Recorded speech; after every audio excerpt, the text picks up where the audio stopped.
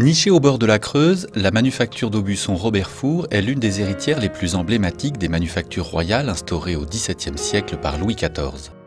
À Aubusson, en magicien des fils et en maître des couleurs, le talent des artisans, dessinateurs, cartonniers et lissiers rencontre celui des artistes inspirés par cet art aux possibilités sans limite pour aboutir à la création de tapis et tapisseries où les frontières entre l'art et la décoration finissent par se perdre.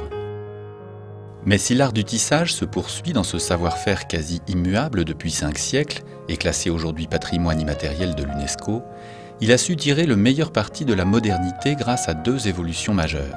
La teinture des fils de laine tout d'abord, qui grâce aux techniques modernes permet la production de 900 couleurs distinctes, et ensuite l'évolution du dessin ou carton peint, qui verra naître dans les années 40, sous l'influence du peintre Jean Lurçat, la technique du carton numéroté, comme nous l'explique Pierre-Olivier Four. Autrefois, on avait un carton peint et le lissier faisait lui-même ses couleurs. Et il suivait le carton peint. Ce carton peint, aujourd'hui, on le trouve dans les galeries et ça ressemble à un tableau du XVIIIe. Mais aujourd'hui, on utilise donc un carton numéroté avec des contours qui sont dessinés au trait. Et à l'intérieur de chaque zone, il y a un numéro qui correspond à une couleur. Et non pas une couleur, mais un mélange de couleurs, puisque le cartonnier, la personne qui fait cette interprétation, décide aussi des couleurs. Et c'est lui qui fait ce qu'on appelle le chapelet. Pour le reste, le geste, lui, est resté semblable. Aucune mécanique moderne ni programme informatique n'est jamais venu remplacer la danse des petites flûtes de laine colorée.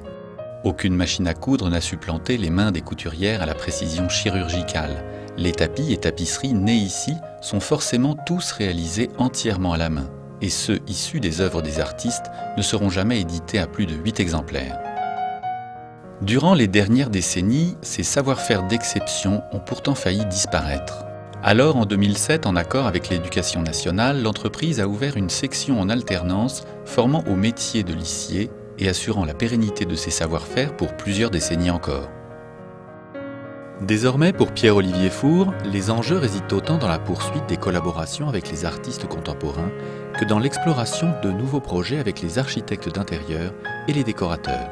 On essaie de développer notre activité avec les décorateurs parce que ce sont eux qui peuvent nous apporter des idées nouvelles. Et on espère bien que le travail avec les décorateurs va nous amener des exigences différentes en matière de décoration, mais décoration totalement sur mesure et avec une exigence élevée en termes de qualité et aussi de possibilité de création. Chose que seule la fabrication à la main permet de faire.